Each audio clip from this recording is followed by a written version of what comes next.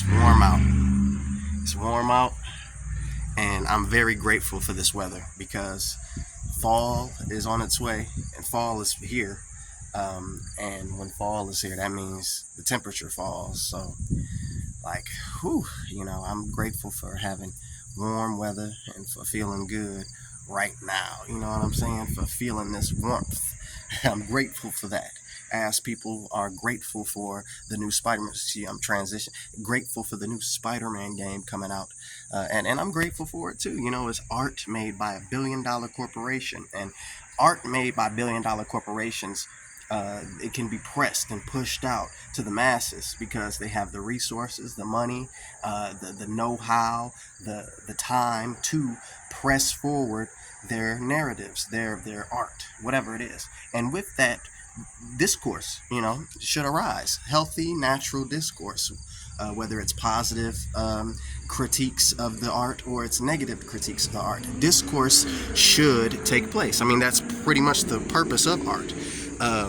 And for me, I've always, if you've been watching my channel, I've always gave my natural, honest discourse, starting at, I believe, 12 years old on here, which is crazy, which is a very young age. I took a hiatus because I was gaining in popularity pretty quickly toward the end of my undergraduate college experience, and the prospects, the places that I wanted to go, the things that I wanted to do, and just my age in general, things weren't really lining up. For me, I didn't necessarily feel that comfortable with having all of that attention at that time. Talking about Spider-Man and talking about the things that I was talking about, without kind of the having more real-world experience. I'll give an example. In the DLC for the Spider-Man game, and this is a game, right? It's interactive media made by billion-dollar corporations for a video game system or a PC, and video games aren't necessarily for children. There's a perspective that they are for children, but they're mature games, there are children games, there's all types of things. But when it comes to Spider-Man, Insomniac Spider-Man, they had DLC where Black Cat and Peter Parker have like a going back and forth, a discourse basically, and she says to him that she's pregnant with or had a baby, and she doesn't really effectively tell him whether or not he is the father to that baby, but that becomes the kind of the conflict between them in the DLC. And as a child, okay, I was 18 at the time, but a child nonetheless, those types of stories, they kind of, what I'm saying, like I understood the idea of baby mama drama, but like not really, what I'm saying. I was a little kid, 18, not a little kid, but 21, to have the gaining more information, but I'm in school, I'm in da-da-da-da, so like you got to have real world experience for me at least, for me to be able to comfortably talk about certain things, really give my real honest opinion and take on things. So now being at a different age, like being older, I can really process things. I can really talk about things, and in terms of the attention that I gain from it, I don't feel like it will necessarily inhibit my growth, because there's some key things that I have undergone already, which is great, So with all that being said, I find it extremely interesting that this art that's made by these billion-dollar corporations receives defending. Like, it's defended. Oh my, life happens. I had to cut out real quick. Okay, but when it comes to the billion-dollar corporations and their art, the critiques, whether they're positive or negative, it's very interesting that people feel the gumption to defend these billion-dollar corporation, their art. It's very interesting to me, because from my perspective, I'm like an actual consumer of like these games and of these stories and of these experiences, and I really want the best experience I can possibly have. So when there's something that's discovered or pointed out of like, hey, this could make the product better, or this product is missing this component. I don't understand the perspective that people have where they go, no, it doesn't need that. Like, I don't understand the reason outside of just for clout and for trying to receive a pat on the back by the billion-dollar corporation, and maybe that is simply it. But I really don't understand the reason for defending the billion-dollar corporation's arts. Like, I get it if you really enjoy it, and if you don't, maybe it's just the fact that you don't agree with what the person said, and that's fine. There's nothing wrong with responding to people and things like that. But when it comes to like this defense of the art, where you have in your mind, you hear what is said, and then you go, well, that would make the experience better. That wouldn't take anything away from me as the person playing the game experience. It wouldn't hamper the experience. It wouldn't degrade it. It would only make it better. So I don't understand why people go to the route of needing to defend or needing to address an idea that would positively impact the product, and address it in a negative way, address it in a way where that's not needed because we don't have that right now. Or what are they going to do for the next game if they put that in this game? Like, all of these concepts of limitation, and like just thoughts being in this square and not exceeding or not being able to get out of that square, just in the box. It's very interesting. Very interesting. Just the needing to defend. Like, I don't think there's a real need to defend Insomniac. I don't think there's a real need to defend PlayStation. I don't think there's a real need to defend Xbox.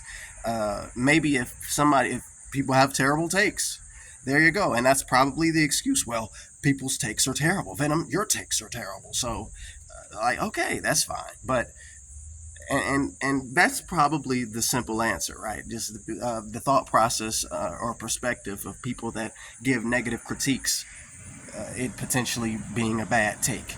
Okay, that's fine. That's the answer. But when I hear people rationalize some of these ideas that are given by content creators for how the Spider-Man games could improve, and they rationalize it with, well, that's not necessary, or we don't need that. Like, I'm confused. I just become confused. And then some people, like, they don't really have the actual knowledge on the games. Like, they haven't played all of the games, so then they're having opinions against people that have played all of the games, saying, well, they are innovating, but you haven't even played all of the games. So how do you have any idea on what has been done previously? If you didn't play all of the games, then your perspective is really nuanced. It's not even, it's like it's very slim. You know, it's not as broad as those that have played all the games. So of course, if you haven't played all the games, you're going to see things in this game and you're going to view it as new because you didn't play the previous games in which those concepts may have been there. It's just very interesting. It's very interesting. The fanboy concept, the needing to defend, all of it. I'm not saying that it should stop. I'm just commenting really on that trait, on that thing that I'm seeing, just the needing to defend these billion-dollar corporations. And that's fine, defend them. Look, if I had a billion-dollar corporation, yeah, defend it. Like, defend me.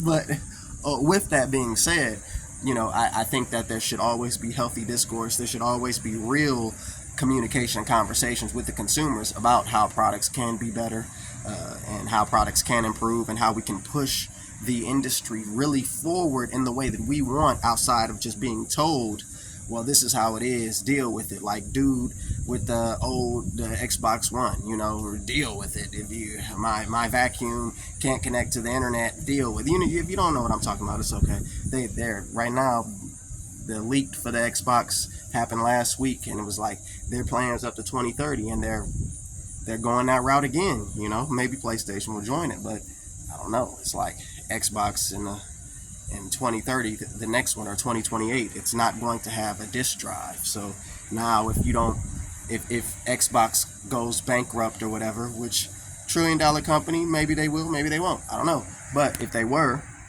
if you have all of your games on their digital ecosystem, then and they disappear, like all of your games are gone. So that's a problem. That's an issue. And I don't really think there's a room for defending that. That's an issue. If a game could have a feature that would make that game better, that's like just really an idea, a proposal of an idea. It doesn't necessarily need people to go, well, that's not needed in the game. It's like, well, would that idea be fun? Yeah. So, I mean, that's all that's being stated is, this being added to the game would make the game better. These past features that were in the past games made the game sweet.